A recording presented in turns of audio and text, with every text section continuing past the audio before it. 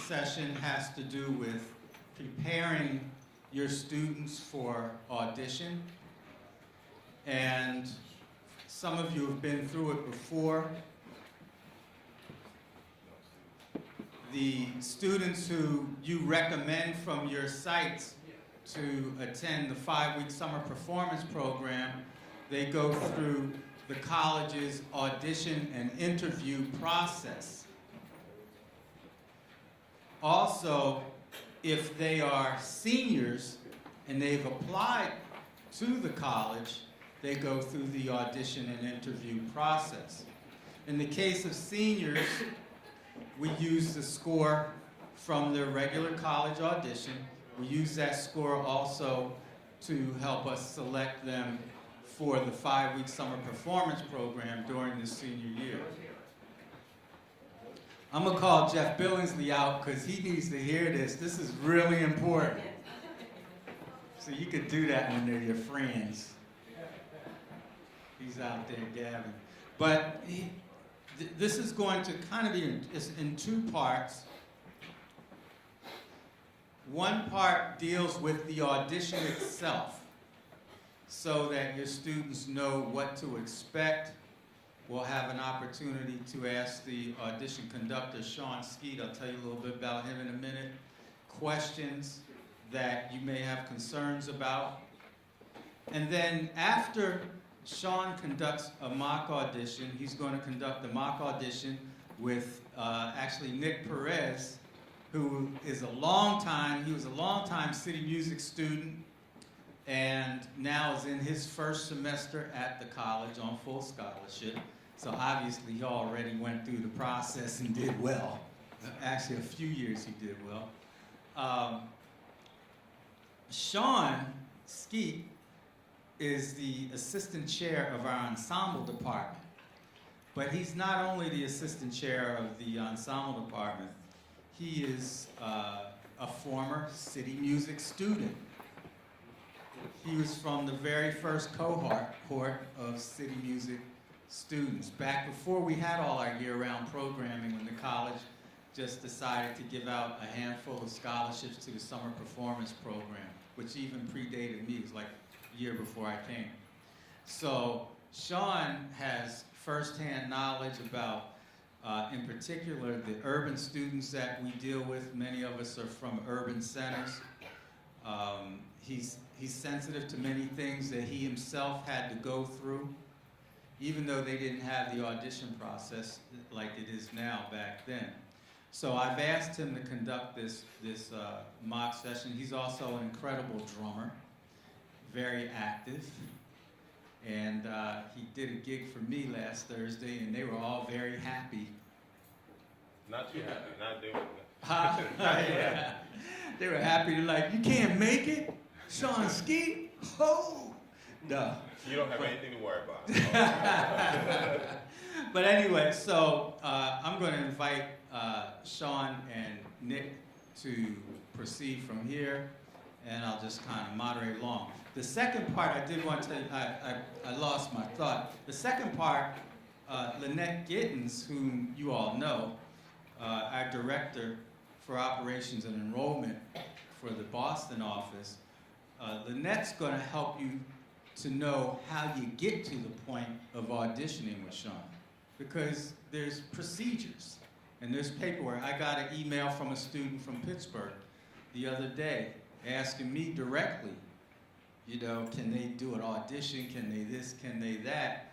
And I said, well, first of all, go back to your site coordinator. And they said, well, our site said that they're not in the network anymore. I said, well, then you gotta go start over with Katie Barnes or Lynette Gittens, because I don't know. So Lynette's gonna help all of us know the right procedure and how to get to the point of auditioning. So, Sean, you wanna pick up from here? Sure. So I'm assuming this is on beautiful. So, good morning, how's everybody? Good morning. It's nice to see you all.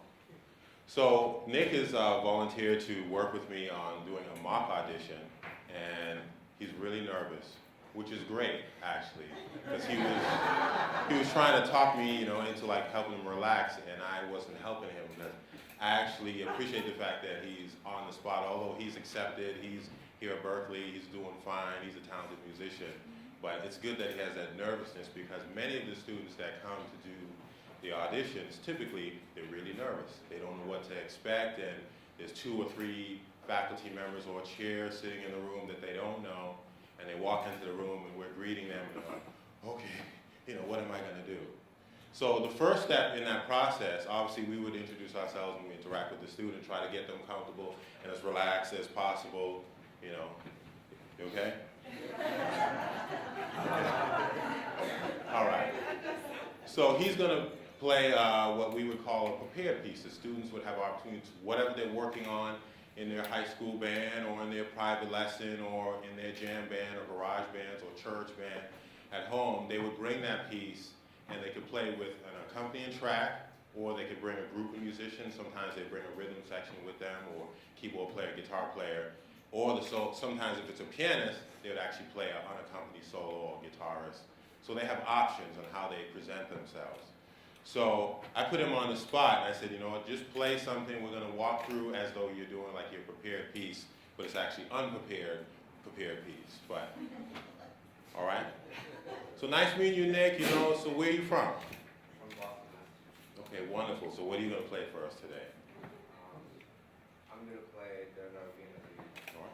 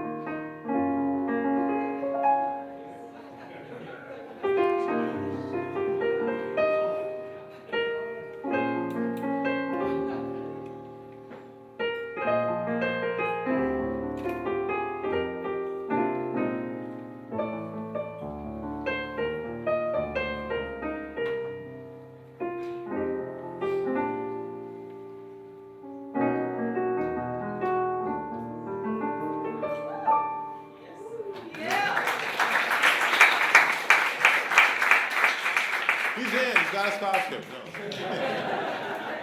That was great. So what I would look for when we listen to that, we listen to obviously how prepared the student is in that process, because sometimes students come in, they're not as prepared, they fumble around. So we're listening for how accurate and how well they played their piece. That's one, so that's part of the preparation. Then also the quality of what they do, their musicality or ingenuity is what we're listening for. And in this case, we could clearly hear some interesting reharms that he's playing. We all kind of responded to those interesting reharms that he played. And based on my experience playing music, I was able to hear that he has some sort of gospel influences in his background. He's listening to some neo-soul harmonically. So I'm already starting to get a sense of where he's coming from musically, which is important throughout our process. All right. So the next part of it would be to move on to hearing him improvise. What would Nick do, or what would the student do in terms of creating music that they didn't prepare? So maybe they'll play a blues, or maybe they improvise over that particular piece.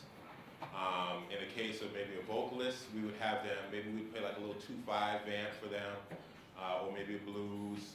But in the case of a piano player, you could play maybe solo over that song that you played, or if you don't feel prepared or comfortable for that, maybe you could just play over a blues or some other sort of tune that you've been working on, just so we get a sense of how you improvise, how you create music.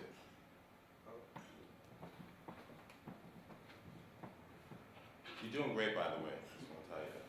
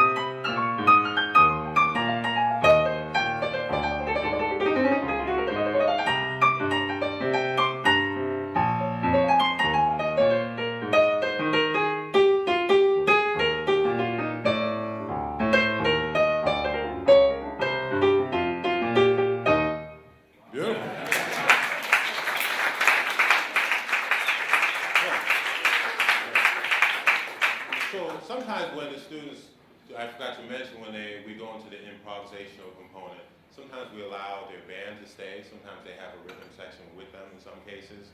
So if they have, like, in his case, you know, maybe a bass player and a drummer, we'd actually let them stay and play a blues with him or play that particular tune, you know, with him. So he'd feel that support. Sometimes the students just come by themselves, they don't have a band. So one of the adjudicators would probably play piano to support them. In his case, you know, obviously it would just be him on piano. Or sometimes, if I'm there, you know, I'll play drums and maybe the other teacher will play bass to support the student through this process. Because the idea for us is to, you know, find out what's happening musically within the student, not to disqualify them, but actually to find out what their strengths are. So we try to make them as comfortable as possible in whatever way we can. So sometimes that involves us playing with them, or sometimes we just talk where you're from and just interact with them to ease their nerves so we can find out where they're at musically. All right, it's cool. Any questions so far? Everybody's... Okay, sorry. Before the improvisation Yes. portion of the audition, should the student announce the name of the piece they're going to play, or just start playing? Not necessarily. I mean, they could. Sometimes we'll know it. Like, I mean, well, obviously we knew that too. But sometimes it's just a blues. It depends on what happens. But, you know, that part of the process, it doesn't impact how they're evaluated. Well, they didn't announce the tune. Yeah. Oh, they didn't wear a tie and tuxedo. You know, that's not what we're looking at. We're actually looking at, you know, what's happening musically with it. You know, probably be helpful to keep, you know, hygiene together and those things, but you know, I wouldn't hold that against them. All right, so now that we've heard him improvise, the next step would actually be for him to work on some sort of reading. So we have some reading examples. I'm going to give him one, and typically the students would have, you know, 30 minutes before, you know, to warm up, before they actually come into the room and then look through the pieces and get a sense of what the sight rating will be like. So he had like about 3 minutes to look at it. He said, okay, give me this one. Sure. All right, so I'll give you that one, then I'm going to give you another one. All right.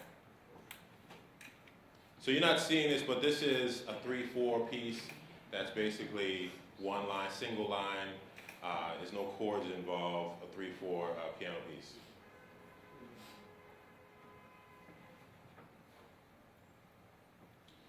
So I'll give you the tempo. I'll give you 2 measures of 3. 1, 2,